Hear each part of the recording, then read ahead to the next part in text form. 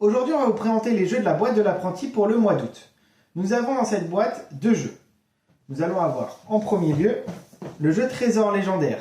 Un jeu de pirate de 2 à 4 joueurs évolutif dans le temps, où plus vous ferez de parties, plus vous aurez des possibilités de jeu. Le second jeu de cette boîte est un air de famille. Un air de famille, c'est un jeu extrêmement simple à comprendre, facile à emporter et auquel vous pourrez jouer avec n'importe qui. Avant de passer à l'explication détaillée des jeux, nous voulions vous informer que les prix des boîtes ont changé et sont maintenant à 30 et 50 euros au lieu de 35 et 55 euros pour la boîte de l'apprenti et de l'aventurier. Et la boîte du héros a été totalement remaniée pour vous permettre d'accéder à des jeux experts à partir de 40 euros. Nous avons aussi la possibilité de vous faire des offres de découverte pour des boîtes familiales ou expertes à 60 ou 80 euros. Retrouvez toutes ces informations sur nos réseaux sociaux et sur notre site internet desjeuxenboîte.fr. Trésor légendaire a une mise en place très simple. Vous avez un plateau comprenant 4 îles et des petits carrés pour placer des tuiles. Vous prenez toutes les tuiles présentes dans votre jeu au début de la partie, quand vous commencez pour une première fois, et vous les mettez toutes face cachée. Ce n'est pas le cas de certaines tuiles parce que je vais vous les expliquer. Vous les mettez face cachée, vous donnez un pont de bateau par personne, une carte d'explication des mouvements possibles et une carte île. Ces cartes îles sont données secrètement. Vous devez les regarder uniquement pour vous.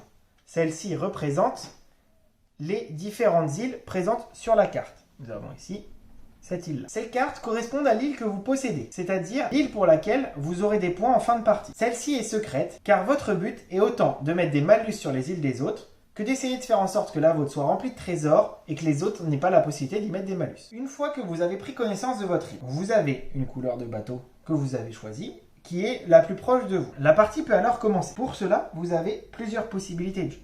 À votre tour, vous pouvez soit d'explorer, soit de vous déplacer, soit de vous décharger sur une île de vos trésors ou de vos malus, d'attaquer un joueur, d'échanger la carte d'île d'un joueur, ou alors de jouer une carte spéciale.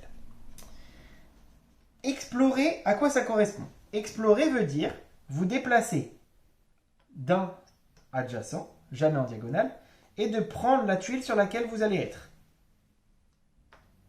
Donc vous allez la prendre et la poser sur votre pont.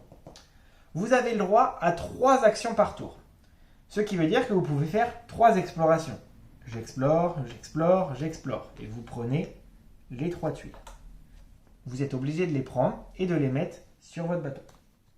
A contrario, se déplacer vous permet d'avancer de 2 cases, mais ne vous permet pas de prendre de tuiles. C'est un moyen plus rapide d'aller à un endroit stratégique sur la carte. Se décharger est utilisable si vous êtes sur des cases bleu ciel qui bordent une île, jamais en diagonale, et qui vous permet donc de prendre ce qu'il y a sur votre pont, tout ou partie, donc des bonus, des malus ou des cartes sans effet, que vous pouvez mettre, que ce soit votre île ou non. Vous avez le droit de remplir l'île d'un autre joueur, si c'est pour y mettre des malus, pour y mettre des cartes qui vont lui donner l'impression d'avoir les trésors, alors que vous avez mis rien du tout. Et vous mettez des choses. Ça compte comme une action, peu importe le nombre de cartes que vous mettez sur l'île. Vous avez ensuite la possibilité d'attaquer un joueur. Attaquer un joueur va vous demander des canons comme ressource. Les canons, ce sont ces petites cartes-là. Lorsque vous allez vouloir attaquer un joueur, vous allez devoir l'attaquer d'un canon pour lancer l'attaque, puis un canon par case qui vous sépare. Par exemple, si le joueur blanc veut attaquer le joueur vert, il lui faudra utiliser 2 canons. Un pour attaquer et un parce qu'il y a une tuile entre les deux. Par exemple, si les joueurs sont comme ceci, il lui faudrait un canon au joueur blanc pour attaquer le joueur vert, car ils n'ont pas d'écart. Il suffirait que donc d'un seul canon. Vous avez la possibilité d'échanger des cartes îles. Échanger des cartes îles ne peut se faire que si 2 joueurs sont sur la même case et qu'un des 2 joueurs défausse 4 canons. En faisant cela, vous prenez votre carte île et vous l'échangez avec l'autre joueur face cachée. Si par exemple votre île était un piège et n'était que remplie de mauvais points et que vous pensez qu'un joueur a une meilleure île que vous, vous pouvez jouer les canons pour pouvoir l'échanger. Jouer une tuile spéciale va faire partie des différentes tuiles que je vais vous présenter. Cela compte pour une action. Au niveau des différentes tuiles possibles, il y a les trésors qui sont au nombre de 1, 2 ou 3 par carte et qui valent respectivement 1, 2 ou 3 points à la fin de la partie. Vous avez aussi les tuiles gouttes d'eau. Les gouttes d'eau ne valent rien. Ce ne sont des cartes qui ne sont là que pour remplir vos cales d'eau. Elles ne valent pas de points, elles ne valent pas de malus. Les canons vous servent donc à attaquer ou échanger d'île avec quelqu'un.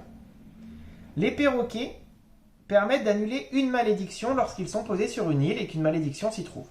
Les malédictions étant les petits totems rouges comme ceci qui valent des points négatifs, allant jusqu'à -3. La dernière carte spéciale donc que vous pouvez jouer avec le jeu de base en tant que carte spéciale, c'est la grande voile.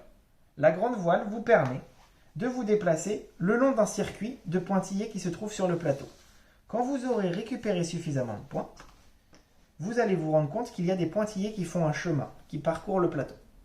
Lorsque vous utilisez la grande voile, vous pouvez vous déplacer le long de ces pointillés jusqu'au premier remplacement qui n'a pas été libéré et prendre ce jeton.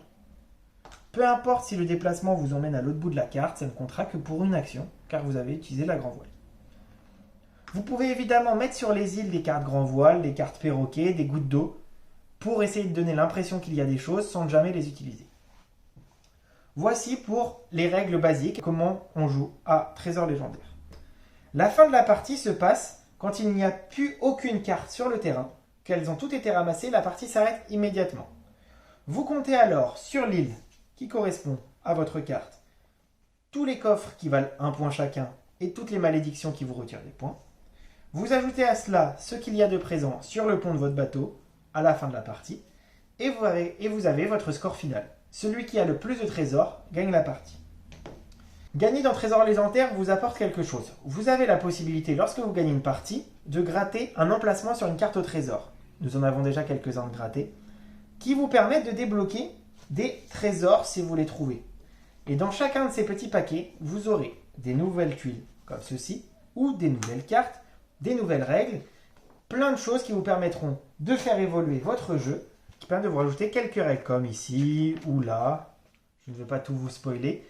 Cela vous permet d'avoir une grande diversité de jeux et au fur et à mesure de vos parties, vous pouvez débloquer de plus en plus de fonctionnalités et avoir un jeu de plus en plus enrichi qui vous permettra d'évoluer avec les personnages qui vous jouez. En espérant que Trésor légendaire vous plaise et que vous arriverez à découvrir tous les trésors de la carte, très bonne partie à vous. Un air de famille est un jeu dynamique et extrêmement simple à mettre en place. Vous allez avoir une pile de cartes sur lesquelles il y aura toujours les mêmes thèmes. Des prénoms, animaux, pays, villes, fruits et légumes, métiers, sport ou parties du corps. Vous allez donc décaler la carte et devoir jouer comme ceci. Le plus rapidement possible en compétition avec tout le monde. Allez, trouvez la couleur, trouvez le mot qui correspond et recherchez le mot de la même famille. D'où l'air de famille. Et c'est une compétition de rapidité. Vous allez faire ça, à chaque fois que quelqu'un l'a trouvé, il donne la réponse qu'il pense avoir. Et vous continuez ainsi. Vous allez donc avoir le bleu, Marie de l'autre côté. C'est donc un prénom. Vous cherchez un prénom sur l'autre carte et vous avez Roger. Et le plus rapide à trouver gagne. Et vous pouvez jouer la partie en vous fixant un nombre de points. Le premier à 5 points, le premier à 10 points, autant que vous voulez. Par exemple, là vous allez décaler, hop, blanc, écrivain. Et bien là c'est aussi blanc, c'est infirmier. Voilà. Mais ce n'est pas de rapport avec la couleur, c'est vraiment au hasard. Comme à chaque fois vous remélangez les cartes différemment, les combos ne sont pas les mêmes et vous pouvez rejouer quasiment tout le temps. C'était un air de famille, un jeu simple, rapide et efficace. Espérons qu'il vous plaise. Bonne partie à tous.